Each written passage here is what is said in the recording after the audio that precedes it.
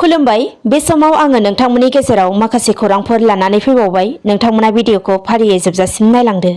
दिनै 19 नभेम्बर 2021 दिनैनि सानाव दुलाराय बिटिआर ओनसोलनि सिङाव थानाय गासै सरकारि नङै गुदि आरो गेजेर फरायसालिनि फोरोंगिरिफोरा चिरां जिल्ला बेंगिरि मावख'नि लांगोनायाव 2 घन्टा धरना हाबाफारिनि गेजेरजों गोख्रोङैनो सोमावसारदों। मिथिनो मोननायाव बे धरना होनाय हाबाफारिनि गेजेरजों बिटिआरनि गासै सरकारि नङै गुदि आरो गेजेर फरायसालिनि फोरोंगिरिफोरा फोरोंगिरिफोरनि जेंनाखौ थाबैनो सुस्रांना होनांगौ होनना बिटिआर आरो आसाम सोरखारनिसिम गोख्रों दाबि खालामदों। रायखांनो नांगोन दि बिटिआरनि 6.3 दफा बायदियै बिटिआरनि सिङाव थानाय गासै भेन्सार फरायसालिफोरखौ प्रभिन्सियेलाइज आरो फोरोंगिरिफोरनि साख्रिखौ थाबैनो सरकारि खालामनो थाखायनो दिनैनि बे धरना होनाय हाबाफारिखौ लानाय जादों। मख'नो नांबावगोन दि बे धरना होनाय हाबाफारिनि गेजेरजों सरकारि नङै भेन्सार फरायसालिनि फोरोंगिरि गौथुमा फोरमायथिनाय बायदिब्ला आथिखालनि बिटिआरनि गाहाय खुंगिरि प्रमद बर' बिथाङा बिटिआर ओनसोलाव जेसेबांनाखि सरकारि नङै फरायसालिफोर दङ बेफोरनि जेंनाफोरखौ गिबियावनो मावफुंना होगोन होनना बिथाङा बिसायख'थिनि सिगां खोथा होदोंमोन होनना सरकारि नङै फोरोंगिरि गौथुमा बुंथियो।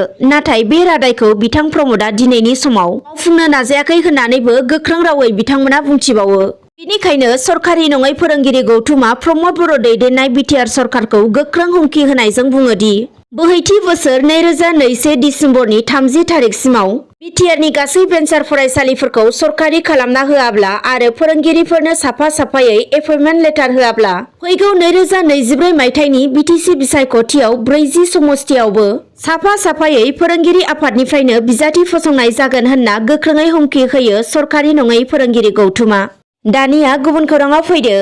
थांनाय 2021 18 सेप्तेम्बर खालि इउएलएबि बिग्रायारि हान्जानि मुङाव पुलिसनि नंखाय एनकाउन्टार खालामजानायजों खास्रि बिस्रि गावथार जानाय मुंख्लं जोंसार मोसाहारि आरो मुंख्लं जनक कुमार ब्रह्म बिथांमोननि नखरा दिनैसिम बेसेबांबा सान बारलांसेयावबो न्याय मोननो हायाखै। जायनि थाखाय मुंख्लं जोंसार मोसाहारि आरो मुंख्लं जनक कुमार ब्रह्मनि नखरा बिटिआर आरो आसाम सोरखारनि सायाव गोजोननाय मोनैखौ फोरमायथिदों। मख'नो गोनांदि इउएलएबिनि मुङाव जोंसार मोसाहारि आरो जनक कुमार ब्रह्म बिथांमोननि सायाव नंखाय एनकाउन्टार खालामनानै पुलिसजों गावथार जानायनि उनाव प्रमद बर' दैदेननाय बिटिआर सरकारा अनसुंथाइ होनायजों लोगोसे गंनैबो नखरनि सासे सोद्रोमानो सरकारि साख्रियाव थिसननायनि थिसनलाइ बिलाइबो गथायदोंमोन। नाथाय बिटिआर सरकारनिफ्राय होनाय बे थिसनलाइ बिलाइखौ मुंख्लं जनक कुमार ब्रह्मनि नखरनि सोद्रोमायाल' आजावग्रोनाय जादोंमोन। नाथाय मिथिनो मोननायाव बिटिआर सरकारनिफ्राय एपइन्टमेन्ट मोननायनि उनावबो दिनैसिम जयनिंनि जेबो खौरां मोननो हायाखै होनना दुखुथिया नखरा फोरमायथिदों।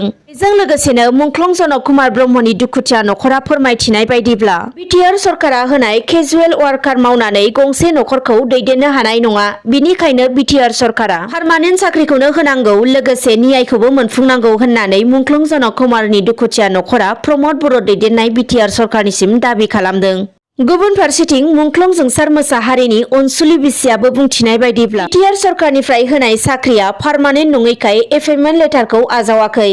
मानोना केजुवेल वार्कार मावनानै नखरखौ दैदेननो हानाय नङा होनना बुंनायजों लोगोसेनो बिटिआर सरकारा फिसाब्लाबो पार्मानेन्ट साख्रिखौनो होनांगौ होनना सरकारनिसिम दाबि खालामो। बेजों लोगोसेनो थाबैनो न्यायखौबो मोननांगौ होनना बुंथियो मुंख्लं जोंसार मोसाहारिनि अनसुलि बिसिया।